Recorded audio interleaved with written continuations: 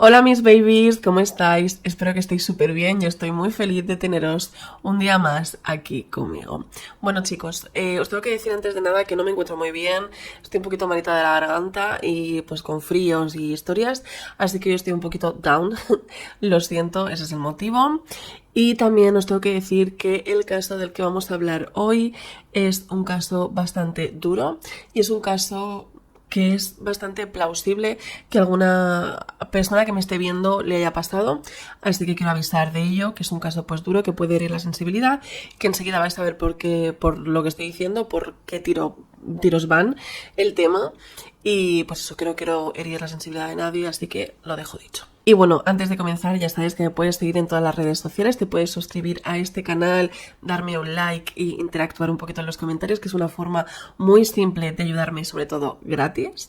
Y que sepas que también tengo Patreon donde subo un contenido exclusivo.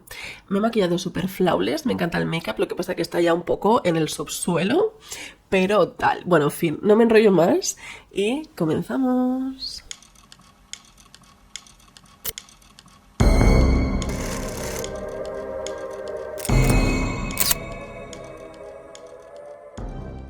Bien, chicos, para el caso de hoy nos vamos a dirigir a Canadá, justamente a un pueblecito muy pequeño llamado Kipling. Este pueblecito, en 1992, que es cuando ocurre todo esto, apenas tenía 2000 habitantes. Todo el mundo, evidentemente, se conocía y el índice de criminalidad era súper bajo, tanto que nadie cerraba ni las puertas de sus casas ni de sus coches. La protagonista de nuestro caso es Candy. Ella tenía 23 años y trabajaba en una gasolinera de la zona. Era madre soltera y la verdad es que lo estaba pasando bastante mal. Los jóvenes no querían estar con ella porque sus padres les decían que Candy era una mala compañía. Resulta que, bueno, sí es verdad que ella tenía mucho carácter, pero pues también salía bastante de fiesta y todo esto, y al parecer se había discutido en público con su novio bastantes veces, y ya sabéis cómo funcionan estas cosas. La loca siempre las mujeres. Que en este momento ella estaba bastante mal porque, aparte de ser madre soltera, que su bebé tenía tan solo 3 meses, su pareja le había dejado.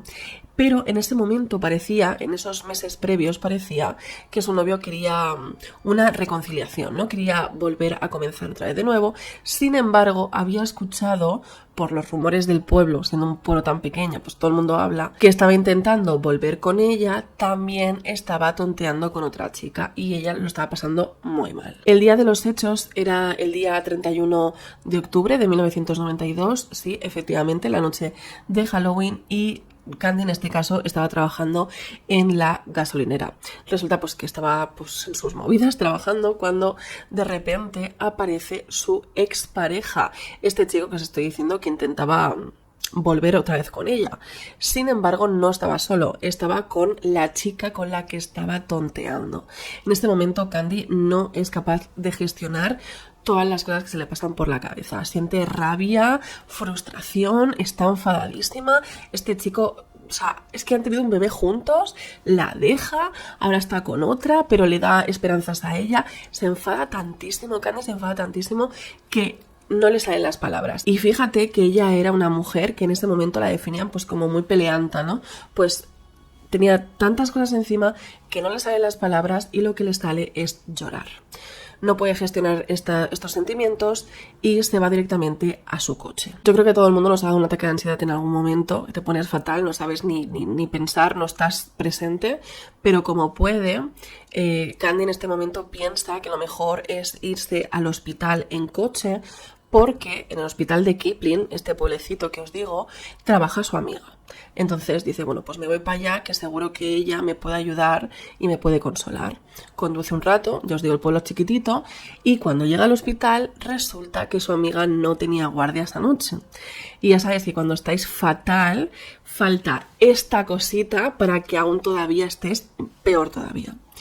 Y bueno, empezó que no podía respirar, llorando muchísimo, estaba muy alterada, y una enfermera la ve y dice, siéntate aquí, voy a llamar a un doctor, que te atienda porque no estás en condiciones para coger el coche otra vez. Al cabo de unos segundos aparece un doctor que Candy conoce muy bien y que para ella es de confianza, y esto hace que ella se relaje un poquito. El doctor es el doctor John Schneeberger, es un nombre un poquito complicado, y este doctor, bueno, es ginecólogo y es quien asistió en el parto de Candy, así que lo conocía perfectamente.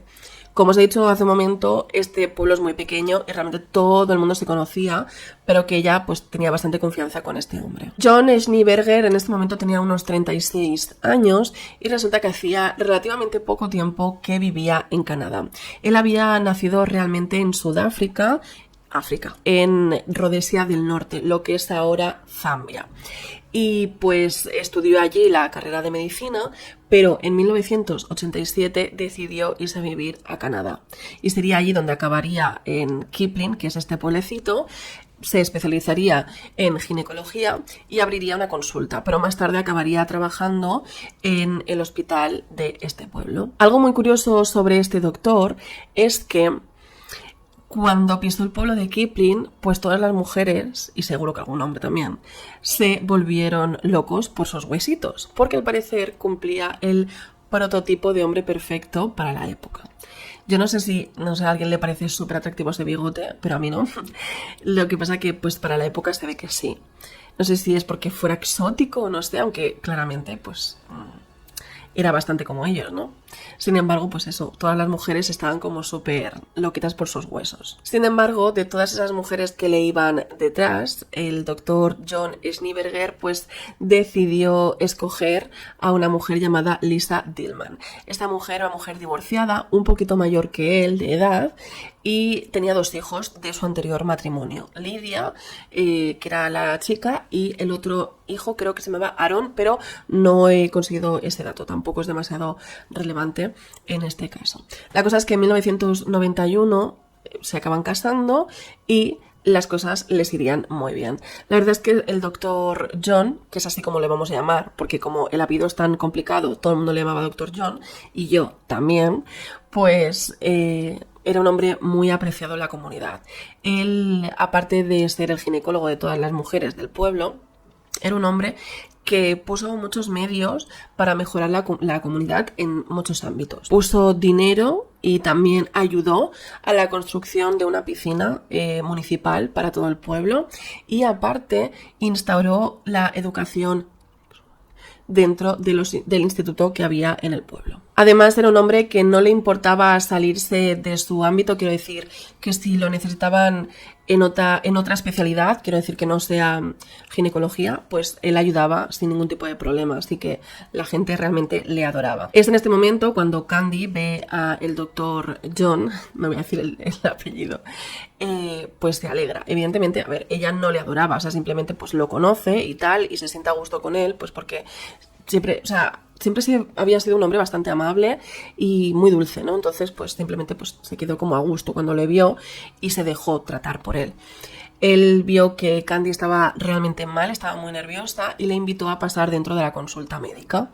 Una vez ahí, él se sentó detrás del escritorio de médico y ella en la mesa, o sea, en la silla que hay detrás del escritorio. Entonces ella le empezó a contar todo lo que estaba pasando y John no le juzgó, simplemente dejó que se desahogara y le dijo que lo que podían hacer es que él le diera un medicamento para que ella durmiera un par de horitas y después marchase a su casa y empezar un nuevo día. Candy, que no paraba de llorar, pues evidentemente acepta porque está cansada, aparte era de madrugada, estaba muy alterada, así que dice sí, por favor, dame algo para tranquilizarme. El doctor se levanta, se va a buscar la medicación y vuelve al cabo de unos minutos con una jeringuilla. Esto a Candy le parece extraño. Ella pensaba que le iba a traer pues una pastilla o yo que sé, incluso un té, pero no, trae una jeringuilla. Le llama la atención, le parece extraño, pero al final, no sé, es que es un doctor de toda la vida, ¿no? ¿Qué le iba a hacer?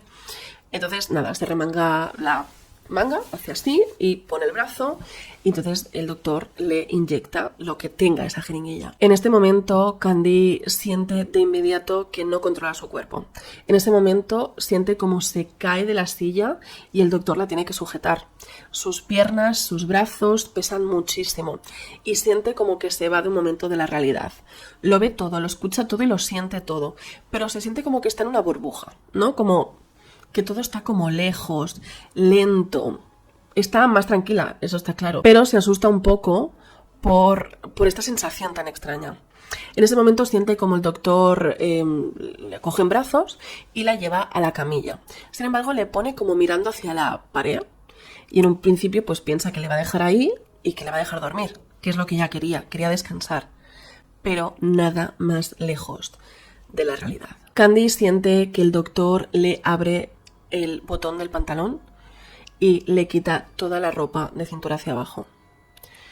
Empieza a sentir cómo le está manoseando, cómo le dice cosas horribles y ella no puede mover ni un dedo del pie. Está completamente paralizada. O sea, no puede hacer nada, no puede gritar, no puede llorar, no puede hacer nada, no se puede resistir a que este hombre le esté haciendo de todo. Y en ese momento le penetra. Candy no se podía creer lo que estaba sintiendo muchísimo asco, muchísimo miedo, no había forma de controlar esta situación y lo más fuerte de todo es que no sabía qué le había inyectado este hombre en el cuerpo. Cuando ya todo esto acaba, el doctor le vuelve a vestir, como si nada de esto hubiera pasado y se marcha. Ella tiene ganas de vomitar, de gritar, pero aún así no puede hacer nada, no puede ni siquiera llorar. Supongo que será por la medicación, por la rabia, por todo lo que siente, que se acaba quedando dormida. Pasan varias horas, llegamos al día siguiente y cuando Candy se despierta muy sobresaltada. No sabe dónde está, no recuerda nada y está como muy triste. Algo dentro, no sé, como no sabe cómo explicarlo, pero está triste. Y sobre todo, como, ¿qué hago aquí? Se asusta pensando que ha tenido un accidente y piensa en su hija. Y luego empieza a recordar, intenta tranquilizarse y se da cuenta de que ella estuvo trabajando y luego recuerda a su novio, bueno, el estúpido, ¿no?, de su ex y recuerda el ataque de ansiedad y recuerda que se va al hospital y entonces se acuerda del doctor John Schneeberger. Y es justo en ese momento cuando le está viniendo todo ese recuerdo, cuando se da cuenta de lo que ha vivido, de ese horror, el doctor entra a la consulta. Ella está asustadísima y le grita: ¿qué me has inyectado? ¿Qué has hecho conmigo? Y él se acerca, le medio sonríe y le dice: ¿por qué? ¿Tuviste sueños salvajes? Quizás sea por el carácter que tiene Candy, ese carácter tan impulsivo que hace que no se calle. O sea, ella se levanta de la camilla, está súper mareada, tiene náuseas, está enfadadísima, tiene asco de su propio cuerpo, tiene miedo. O sea, es que, mira, tantas cosas que te pasan por la cabeza y sobre todo como que tiene muy claro lo que ha pasado porque lo recuerda muy bien, pero a la vez está intentando recordar porque todo es como de muy lejos, ¿no? Tenía la sensación como que estaba metido en una burbuja, pero sabía lo que tenía que hacer. Resulta que Candy veía mucho true crime, cosa que de vez en cuando viene bien. Resulta que sabía los pasos a seguir y lo primero fue ir a casa. Llegó a casa pero no se duchó porque su cuerpo entero era un mar de pruebas en ese momento. Lo que hizo fue guardar sus pantalones y, bueno, su ropa interior en general la guardó en una bolsa. Y se cambió los pantalones y tal, pero tal y como estaba, se fue a otro pueblo. ¿Por qué? Porque sabía que el doctor John era súper querido en el pueblo de Kipling. O sea, lo adoraban. Entonces, ella no se podía plantar en un pueblo donde todo el mundo pensaba que ella era la oveja negra, no podía ir diciendo que el doctor más querido de todo el pueblo le había hecho esa barbaridad. Se fue al hospital y directamente les dijo a los médicos de este otro pueblo lo que le había pasado y comienza el protocolo de... Vale, en este protocolo pues nada, le miran todo y tal, no sé qué, y efectivamente a Candy le habían tenía ADN masculino por por toda la zona, e incluso llegaba hasta el pantalón. El propio hospital sería quien llamaría a la policía de este otro pueblo, donde pondrían la denuncia. En tan solo un día, el doctor John recibiría la denuncia y pues unos policías se presentarían en su casa, y en tan solo 2 días todo el pueblo de Kipling sabría qué es lo que estaba pasando. Como os digo, el doctor Schneeberger era un hombre realmente querido por todo el pueblo, y cuando la policía se presenta en su casa y le dicen que han recibido una denuncia por abuso en este caso, bueno, ya sabéis que no es esa la palabra, pero me perdonaréis, pues incluso los propios policías le piden perdón por esto, le dicen lo sentimos, pero es que Candy, que además sabían que era una mujer muy conflictiva, pues te ha denunciado por esto y tenemos que llevarte a comisaría para tomarte declaración. El hombre se queda un poco así parado, pero dice, bueno, no pasa nada, vamos a la comisaría y os explico un poco mi punto de vista. El doctor en comisaría les explica a la policía que es que hacía mucho tiempo que Candy estaba obsesionado con él. Desde que, las primeras consultas que tuvieron porque ella estaba embarazada hasta ahora, cada 2x3, la joven pues estaba coqueteando con él, y él siempre decía, mira, estoy casado, no estoy interesado en ti, pero ella seguía RQR. Además, él pues les dijo a la policía que era una mujer pues con mucho carácter, y que más de una vez pues le habló mal incluso, y le dijo que se andara con cuidado, pero que quería estar con él sí o sí. Y resulta que efectivamente el día 31 habían pocos doctores en el hospital, pues porque estaban celebrando Halloween con sus hijos. Y él tenía guardia, entonces pues le tocó atenderla a ella. Y pues resulta que efectivamente sí que tenía ansiedad, que estaba muy mal, y que le atendió un poco un tiempo hasta que se encontró bien. Y después pues parece que volvió de hacer las andadas, se volvió a insinuar, y ya lo último es esto, que pongo una denuncia porque yo le he hecho algo y esto no es verdad. Aparte de todo lo que os he contado, el doctor John le dice a la policía que le hagan un análisis de sangre para demostrar que él no ha hecho absolutamente nada, que él se quedará más tranquilo, la policía también se queda más tranquila y el asunto se cierra. Y bueno, total, sí, que le sacan sangre. Sin embargo, esta prueba tardaría bastante en dar resultados, aproximadamente unos 4 meses. Mientras tanto, Candy seguía RQR que esto había sucedido, que no estaba loca, que es que lo recordaba absolutamente todo. Y pues simplemente se fue a ese pueblo para poner la denuncia, luego regresó a su pueblo e hizo su vida normal, pero comenzó un infierno para ella. Nadie la creía. O sea, absolutamente nadie la creía, contando sus padres quizás, que sí que la creían. La gente le hablaba fatal por la calle, le empujaban, le escupían, le decían que era una aprovechada, que se centrara en sus cosas, que qué hacía metiéndose en un matrimonio y qué hacía intentando estropear o tirar por tierra la carrera de un hombre tan bueno como este doctor. Aún así, ella sentía que era verdad lo que le había pasado, que no se lo había inventado, y aunque a veces lo ponía incluso en duda ella misma, porque todo el mundo creía que no había pasado, ella se acordaba perfectamente de lo que había sentido, que no estaba loca. Y la última frase que le dijo el doctor con esa sonrisa es que fue como la confirmación. Además, no había tenido relaciones con nadie más. O sea, e incluso en el propio hospital le dijeron que efectivamente que alguien le había... O sea, es que estaba completamente claro. Total, que por fin le llaman desde la comisaría porque tienen los resultados de la prueba. Y ese día ya le alegraron el día a esta mujer. Se fue a la comisaría esperando las pruebas y resulta que dieron negativo. O sea, no había coincidencias con el doctor Schneeberger y las sustancias... O sea, no había coincidencia entre el ADN encontrado en el cuerpo y en el interior de Candy y el ADN del doctor John Schneeberger. Candy estaba completamente destruida. No entendía nada. La policía le dio la explicación que quizás pues no se acordaba y tuvo relaciones con alguien. Ni siquiera se pararon a pensar que igual... Si no había coincidencias con este doctor, algo le tenía que haber pasado a la joven. Bueno, pues ni siquiera lo investigaron. Sin embargo, Candy sabía perfectamente que había sido el doctor y no iba a dejar de luchar. Así que pidió una segunda prueba. Vete tú a saber si la primera había fallado. La cosa es que desde que se hizo el primer análisis de sangre hasta que se tuvieron los resultados ya habían pasado un montón de meses, así que estábamos en 1993. En este momento se vuelve a hacer una segunda prueba porque en este caso la víctima, Candy, lo pide y se vuelve a hacer. El doctor vuelve a poner el brazo sin que le obliguen para volver a sacarse sangre. Y esta vez la prueba, o sea, el saber si realmente había coincidencia, iba a tardar muchísimo más, porque como nadie la creía, no daban prioridad a esa prueba. Total, que tanto tardó que nos plantamos a abril de 1994. Cuando, o sea, durante todo este tiempo, Candy siguió recibiendo el trato por sus vecinos igual. O sea, es que la gente no la podía ni ver.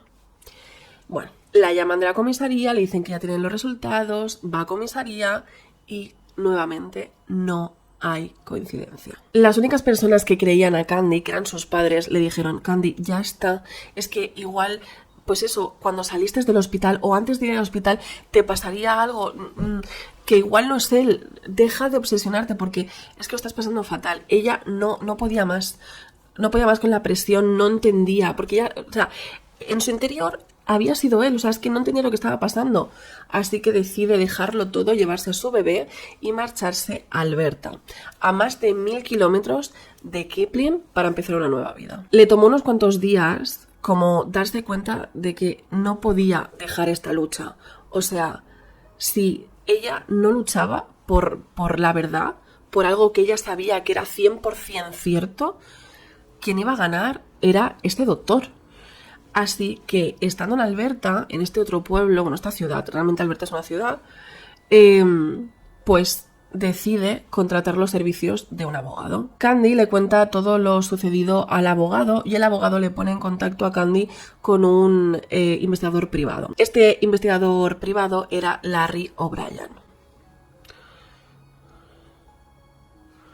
O'Brien había sido policía montada del Canadá durante muchos años, pero en este momento ya no estaba ejerciendo este puesto, y también durante mucho tiempo estuvo trabajando como investigador privado de una operación encubierta para acabar con las mafias en Ontario. Y resulta que ni el investigador ni el abogado dudan ni por un solo momento que lo que esté contando Candy es cierto.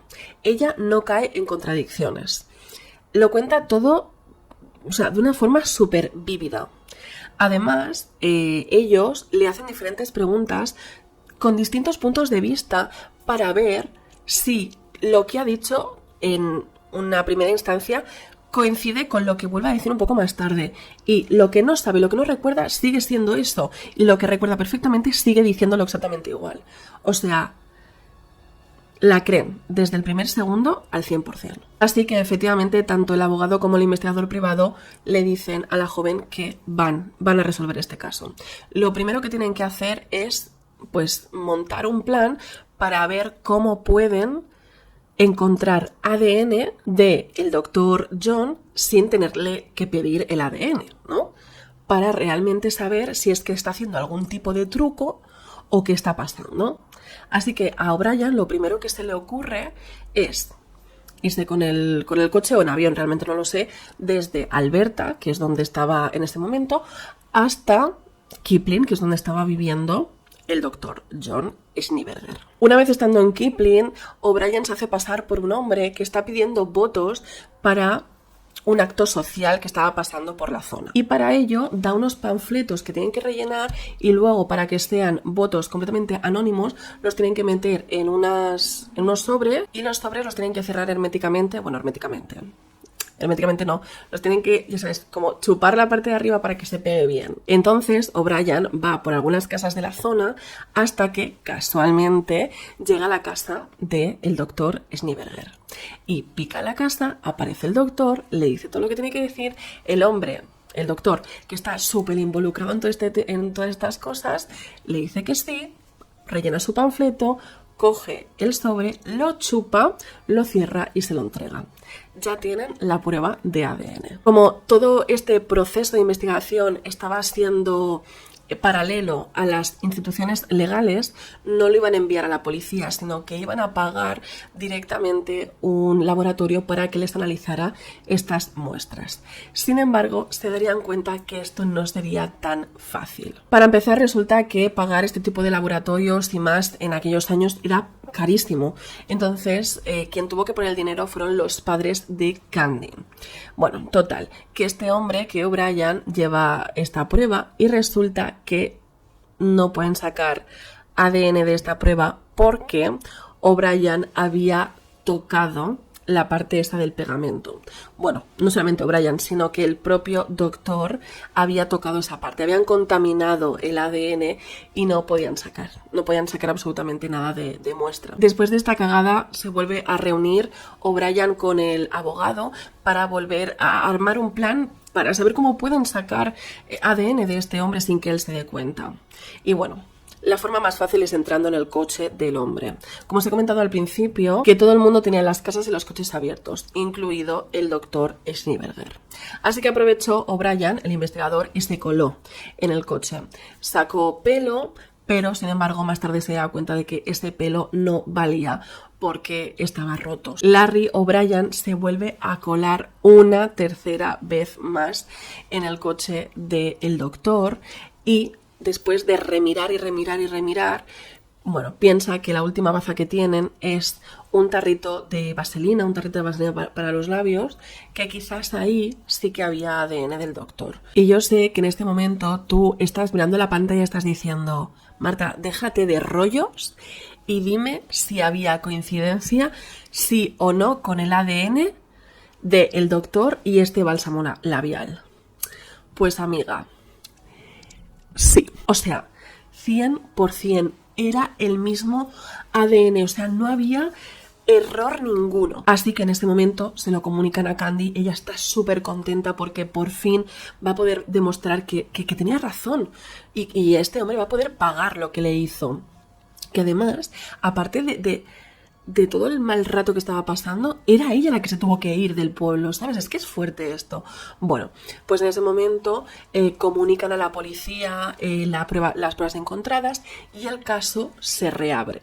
Porque desde 1994 ese caso había estado cerrado, evidentemente, porque habían demostrado 2 veces que no había coincidencia. La cosa es que por tercera vez la policía de Kipling llama a el doctor John a la comisaría, le dicen que han encontrado coincidencias, todo el pueblo se entera y él vuelve a explicar pues que es que él no hizo nada y que ya habían pasado bastantes años, que ya estaba un poquito cansado. Aún así, le vuelve a decir, el propio doctor le vuelve a decir a las autoridades que no importa, que se vuelva a hacer otro análisis de sangre, que no pasa nada. Sin embargo, como Candy tenía un abogado, este abogado pidió que se sacara sangre a este hombre mientras se grababa, o sea, que le grabaran como lo hacían todo, para asegurarse que estaban sacando sangre correctamente. Bueno, total. El doctor va a donde tienen que ir para que le saquen sangre, hay una técnico y el hombre pues se remanga otra vez, hace así, y la técnico le dice, no, si solamente hace falta un pinchacito en el dedo para una muestra de sangre. Pero el doctor dice, delante de la cámara y todo, que él tiene una enfermedad rara que hace que si tiene algún corte en los dedos se le puede gangrenar y que mejor en el brazo, ¿no? Entonces pues la doctora dice, la chica que le saca la sangre dice, bueno, vale, pues te pincho en el brazo. La cosa es que le va a pinchar en el brazo y él tiene como aquí en el brazo una vena como muy gorda, ¿no? Como la típica vena que sabes que es súper fácil sacar sangre a una persona. Sin embargo, no sale sangre y le cuesta un montón, o sea, es como muy raro todo. Y saca el aguja y lo vuelve a meter y le pide perdón porque sabía que probablemente le estaría haciendo daño. Y en este momento empieza a salir un poco de sangre, pero como que muy, no sé, como muy espesa, muy oscura, casi negra, muy mal todo. Llevan a analizar esa sangre y efectivamente esa sangre no vale. Esa sangre está muerta, está medio podrida ya, está coagulada. Es como sacarle sangre a un muerto, no tiene sentido. Y no se sabe por qué las autoridades deciden que este caso se vuelva a paralizar. Por su parte, Candy, bueno, ya decide pasar de todo. Ella estaba viviendo en Alberta a 1000 kilómetros de Kipling con su hija. Bueno, pues estaba siendo súper desgastante para ella todo este proceso y ya estaba a punto de tirar la toalla. Pero es en este momento cuando se entera que hay una segunda denuncia en contra de este hombre por lo mismo. Esta vez nos dirigimos a la casa del doctor. Es 1997, como os comento, y bueno, el doctor estaba trabajando y el matrimonio, tanto el doctor como su mujer, Lisa, habían tenido dos hijas más. Pero Lisa tenía 2 hijos de otro matrimonio. En ese momento, el hijo mayor no estaba viviendo en casa porque él estaba estudiando fuera. Sin embargo, Lydia, que era la hija mayor, hija de Lisa y hijastra de John, sí que vivía en casa y ella tenía 15 años. Aparte, las 2 hijas pequeñas, biológicas, del doctor John, que tenían 1 y 2 años. Y resulta que este día era viernes. Y el fin de semana, al parecer, iban a hacer planes familiares, iban a marchar por ahí. Bueno, resulta que Lydia se levanta, va a ver a su madre y dice: mamá, yo creo que voy a ir a ver a mi padre, a su padre biológico, y no me apetece ir con vosotros de fin de semana. Entonces la madre se queda así como extrañada, en plan: ¿por qué, hija? ¿Por qué no te apetece venir con nosotros si siempre has querido venir? Y además Lisa ve que Lydia, su hija, tiene muy mala cara, o sea, está como muy triste, está mal. Sabe que está mal. Así que le empieza a preguntar: ¿qué te pasa, hija? ¿Has tenido algún problema? ¿Qué ha pasado? Cuéntame. Resulta que Lydia, empieza a llorar y le dice: mira, mamá, acompáñame a la habitación. Entonces, madre e hija van a la habitación de la joven de 15 años, de Lydia, y Lydia aparta las sábanas de la cama. Cuando Lydia aparta las sábanas de la cama, aparece un envoltorio de preservativo abierto. Y Lydia dice: y él lo ha hecho muchas más veces. Os podéis imaginar Lisa en ese momento. Sabe perfectamente a quién se refiere. Sabe que se refiere a su marido. Lo triste de esto, y lo que me hace a mí emocionarme cada vez que lo cuento, que lo leo, es que Lydia empieza a llorar muchísimo cuando se da cuenta que su madre le cree. Ella no lo había contado antes porque pensaba que su madre no le iba a creer. Y lo estaba callando. Se lo estuvo callando por 3 años. Este hombre se metía por las noches en su habitación y le inyectaba algo. Le decía que son vitaminas, que es para la tos, para el dolor de cabeza, para que duerma mejor. Y todas las noches igual. No se acordaba de nada, no lo recordaba. No le pasaba igual que a Candy. Candy era más mayor, también te digo. Y quizás por eso sí que lo recordaba. Y quizás el doctor se equivocó y le dio menos, no sé, le inyectó menos, ¿no? Puede ser. Pero la joven no se enteraba de absolutamente nada, lo que a la mañana siguiente sí sabía que algo le había pasado. Sentía sensaciones, le dolía, incluso le sangraba algunas partes. Abusó de ella por todas las partes que os podéis imaginar, todas. Veía morados en su cuerpo. Lisa, su madre, no podía, estaba mareada, tenía asco, estaba enfadadísima, no sabía qué pensar, pero había un sentimiento muy importante en ella, que era la culpa. O sea, Candy tenía razón y ella, desde el primer momento, pensó que era una aprovechada simplemente. Si lo hubiera escuchado, pues no le hubiera pasado esto a su hija, pero ella qué iba a saber. No se puede culpar por esto. Lisa llevó tanto a sus 2 hijas pequeñas como a Lydia a casa de un familiar. Lisa llamó por teléfono al doctor y le dice: sé lo que le has hecho a mi hija. Sé lo que has estado haciendo a mi hija y no sé si a nuestras 2 otras hijas también le has hecho lo mismo. Es repugnante y que sepas que voy a ir a la policía. Bueno, en ese momento el doctor le empieza a decir: no, todo tiene una explicación, de verdad. Bueno, ya sabes, él siempre tenía respuesta para todo. Ella no quiere hablar, cuelga y se acabó. Lisa espera a que vuelva el hombre. Yo la verdad es que hubiera tenido miedo en ese momento, ¿no? Que él me hubiera hecho algo. Pero el doctor tardó muchísimo en llegar a casa. Y cuando llegó estaba borrachísimo, porque seguramente se dio cuenta que toda esa máscara que tenía de buen hombre se le había caído. Lisa deja que el hombre se quede dormido en el sofá y ella, mientras tanto, prepara las maletas para que ese asqueroso salga de su casa.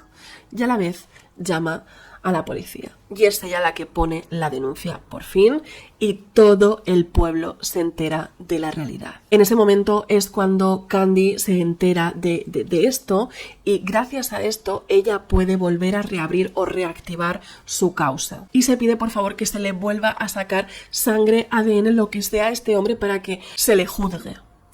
Y esta vez, ya detenido, con esposas, lo llevan a que se le saque muestras, y no solamente se le saca muestras de sangre, sino que se le saca frotis de la boca y se le quitan pelos.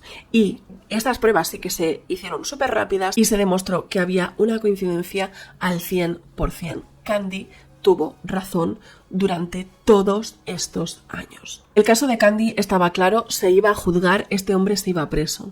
El problema ahora lo iba a tener Lisa y sus hijas. Lo primero que ocurre es que, a pesar de que en el pueblo todo el mundo se entera de lo que había ocurrido, que Candy tuvo razón desde el primer momento, había gente que seguía creyendo al doctor, que lo seguían apoyando. Y no una y dos personas, sino muchas personas. Bueno. Aparte de esto, Lisa lo primero que hizo fue divorciarse de él.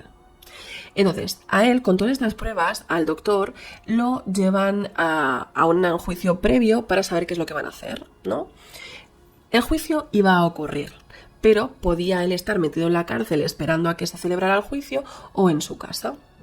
Y resulta que la jueza decide que no hay riesgo de fuga y lo deja libre. Como está libre, el doctor pide a la justicia que quiere tener custodia compartida con su mujer, con sus dos pequeñas, la de 1 y 2 años.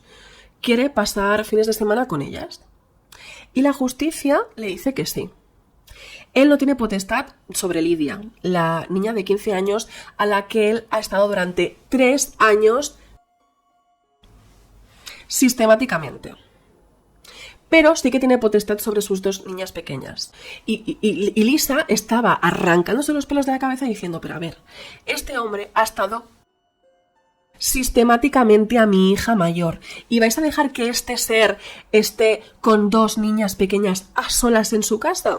Pues sí. La mujer hizo absolutamente de todo para evitarlo, pero la justicia no la escuchó. No tardó demasiado, por suerte, no tardó demasiado, apenas fueron unas semanas hasta que comienza el juicio. En el juicio se demostró cómo este hombre fue capaz de dar 2 muestras de sangre de otra persona. Y os voy a explicar cómo. Este doctor, que aunque en ese momento todavía no estaba aprobado, había estado a su hijastra sistemáticamente, sabía muy bien lo que hacía.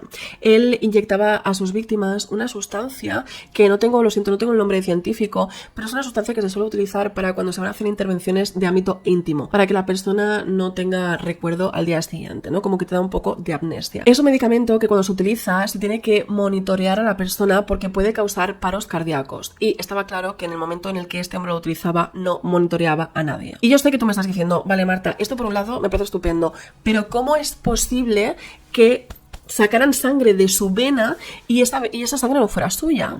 Bien, pues él era médico y cuando se enteró que Candy puso esta denuncia, se hizo una operación.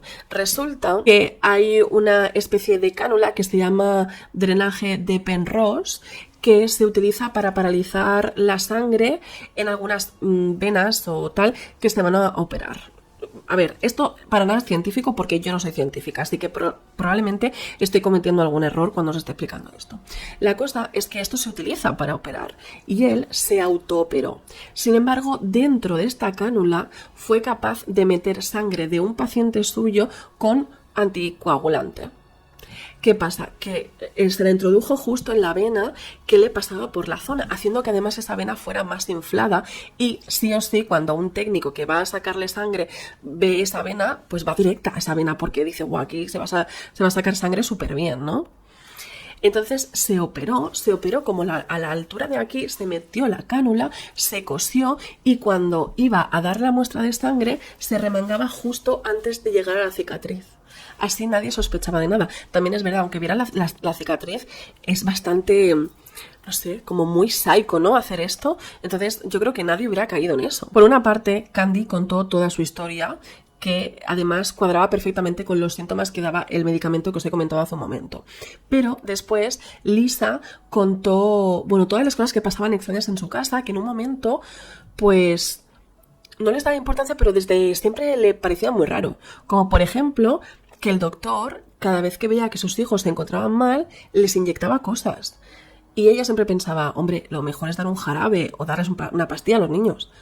O incluso un té antes que inyectarles algo, pero siempre pensaba, bueno, él es el doctor. Aún así, cuando se le preguntó a Lidia, ella no fue capaz de recordar nada de lo que le pasaba por las noches, pero sí recuerda perfectamente cómo durante 3 años el doctor entraba en su habitación y le inyectaba algo. Siempre era con alguna premisa, ¿no? Dolor de cabeza, para la alergia, cualquier cosa, pero todas las noches pasaba lo mismo. Después de varias semanas de deliberaciones se llegó a la conclusión de que el doctor era culpable, pero, esto es fuerte, solamente era culpable de una... No se pudo llegar a probar que el doctor haya a su hijastra sistemáticamente porque ella no pudo describirlas las veces que este hombre le hacía de todo. Entonces, le acusaron de obstrucción a la justicia, de darle a la gente, bueno, a esta gente, a Candy y a su propia hijastra e incluso a sus hijos pequeños, sustancias ilegales y muy peligrosas y justamente ponerles en peligro. Candy, por una parte, estaba contenta porque por fin se hacía justicia, pero era una broma, y por la parte de Lisa era una broma peor todavía. Pero es que hay más. El doctor, que para ese momento ya no era el doctor porque se había retirado la licencia, pidió en la cárcel poder ver a sus 2 hijas pequeñas. Vale. Antes de que este hombre, este monstruo, entrara en la cárcel, fue a casa de su exmujer, de Lisa, y discutieron. Y este tiparraco que iba de ¡ay, yo soy el mejor en el pueblo!, le dio un bofetón a su exmujer en la cara, reventándole el labio. Y esto lo hizo delante de Lidia y delante de sus 2 pequeñas. No cuento al otro mayor porque es que no vivía en casa. Y estas pequeñas habían visto y comenzaban a entender todo por lo que había pasado Lidia, su hermana mayor. Bueno, su hermanastra mayor. Desde el ayuntamiento se le puso a Lisa un asistente social que le ayudaría a las niñas a prepararse psicológicamente para entrar a una cárcel y además para ver a su padre. Entonces, llega el primer día en el que tienen que ver esas niñas a su padre metido en la cárcel. Las niñas estaban llorando desesperadamente, tenían miedo, encima en una cárcel, o sea, hola. Pero es que cuando las niñas ya pasan como la sala en donde se tienen que juntar con su padre, se agarran a las piernas de su madre y empiezan a llorar desesperadamente que no queremos, que tenemos miedo, que no queremos. Entonces la asistente social se da cuenta de que esto no puede ser, que no se puede generar un trauma a estas niñas, que estas niñas no quieren ver a su padre y se aborta misión. Por fin. Lo que hizo Lisa fue directamente negarse a que sus hijas fueran a ver a su padre. Sin embargo, el padre la denunciaba desde la cárcel y cada vez que desde las instituciones se daban cuenta que Lisa no llevó a sus hijas a ver a su padre, le cayó una multa a la mujer. Le hacían pagar una multa de $2.000. De $2.000 a una mujer que se había quedado soltera y que había tenido que recurrir un montón de cosas porque estaba metida en juicios por lo que le había pasado. O sea, es fuerte esto, ¿eh? La cosa es que van pasando los meses y los años y esta mujer tiene que llevar a sus hijas a esta cárcel a ver a su padre porque si no le hacen pagar muchísimo dinero. Entonces, es que tiene que hacerlo. Sin embargo, ella no deja de luchar y lo que hace es comenzar una demanda contra este hombre que el John había pedido la nacionalidad canadiense. ¿Qué pasa? Que cuando él había pedido la ciudadanía canadiense estaba en medio de un proceso judicial. Fue en ese momento cuando Candy le acusó por primera vez de haber hecho lo que hizo. Pero claro, como todo el pueblo le creía, pues él en ese momento pidió la ciudadanía y se la concedieron. Pasaron por alto todas las normas. Pero en la realidad, todas esas personas lo hicieron mal y le dieron una ciudadanía cuando no se la tenían que haber dado, porque él estaba en un proceso legal. Es en este momento cuando, desde instituciones mucho más grandes se dan cuenta de este error, le quitan la ciudadanía a este señor y cuando este hombre sale de la cárcel a los 3 años de haber entrado en la cárcel, a los 3 años, le envían para su país, le envían para Sudáfrica. Se sabe que en 2003 este hombre ya se fue para Sudáfrica, no puede entrar en Canadá nunca más, se ha perdido la pista de este ser y en Sudáfrica piensan que la condena que tuvo este hombre en Canadá fue irrisoria y lo que tienen ahí es que lo tienen metido en una base de datos para gente de su calaña, básicamente, y cualquier empresa que contrate a este ser repugnante tiene que avisar al gobierno que lo tiene en su empresa. Yo sabía que cuando iba a llegar a la parte final me iban a subir las malas leches. Encima que me encuentro medio mal. Es fuertísimo. Llevo como hora y media de grabación porque me trabo de la mala leche que tengo. En bruto, bueno, no sé cuánto quedará este vídeo, pero en bruto tengo un montón. En fin, chicos, espero que os haya entretenido, porque gustado no creo que os haya gustado. Y es fuerte. Perdonadme que hoy estoy un poquito más explícita de lo normal porque no me encuentro del todo bien. Decidme si se escucha bien el vídeo. Y nada, que nos vemos la próxima semana. Y pues ya sabéis que os como vuestra cara.